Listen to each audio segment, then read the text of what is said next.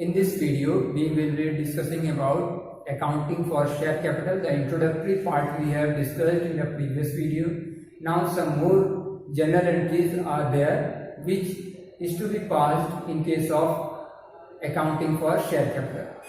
Now these are the three things which we will discuss. Let us see what are those. First is share application and allotment account. In the previous video, we have discussed that whenever company issues shares, that is prospectus is issued for the general public to subscribe the shares of the company and money is received. So this money is known as share application money. The money which is received in the first installment for shares in a company or by a company is known as share application money. So the entry first of all when money is received, the entry is bank account debit to share application account. This we have discussed in the previous video. Now, sometime it may be possible or sometimes the company also can, instead of share application account, it can record a journal entry by the name of share application and allotment account. Means a combined entry is passed for share application and allotment account.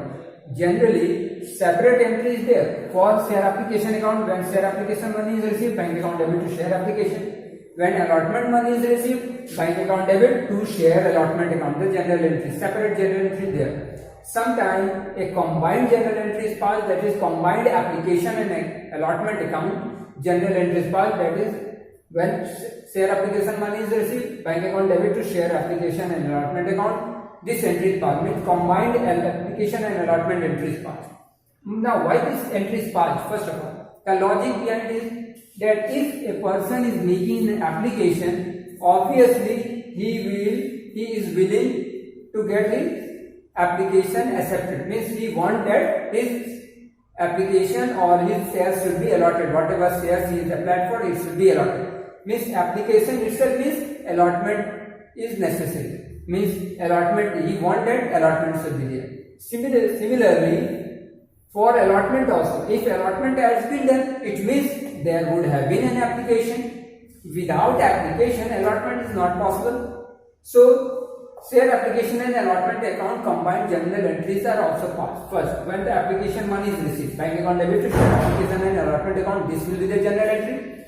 Now, the share application money, whatever is received, it is transferred to share capital account. So in this case, when a combined journal entry is there for application and allotment, and the share application money is transferred to share capital, the next journal entry will be share application and allotment account debit.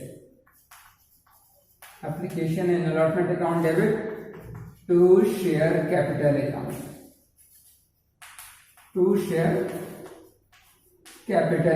This is the general entry.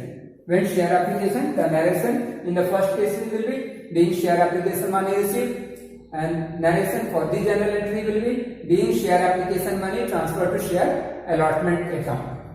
Now, share application money transferred to share capital account. Now the third entry. This is for the application. Although the entry is for application, a combined general entry is there for application and allotment, but then only share application money is received here in this case.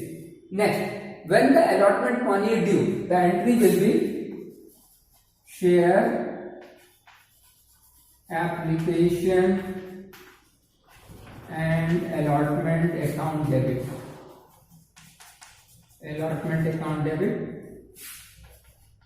To share capital account. This is the journal entry for being allotment money due. The narration will be being share allotment money due. Entry is share application and allotment account debit to share capital account. And when this allotment money is received, entry will be bank account debit to share application and allotment account. Share application and allotment account. This will be the general entry when allotment money is received. Bank account debit to share application and allotment account. The only difference is there, the separate entry for application and allotment is not done. A combined entry is there for application and allotment. So when application money is received, then also we will be ready to share application and allotment. When allotment money is received, then also the combined entry will be there, that is to share application and allotment account debit. This will be done. Now this is the combined entry for application and allotment. When this is done, these are the general entries which will be passed for application and allotment. Now come to calls in area.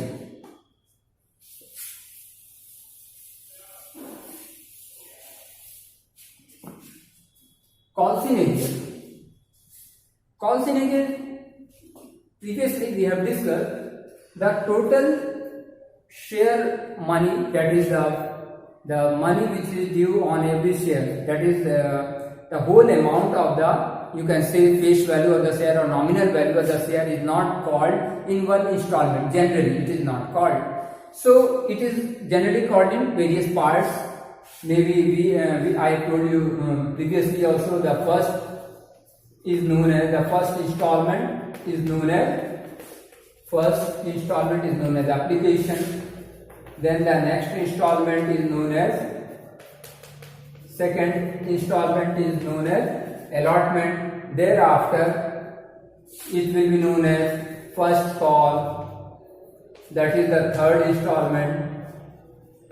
If fourth installment is there or fourth is the last installment, so it will be known as second and final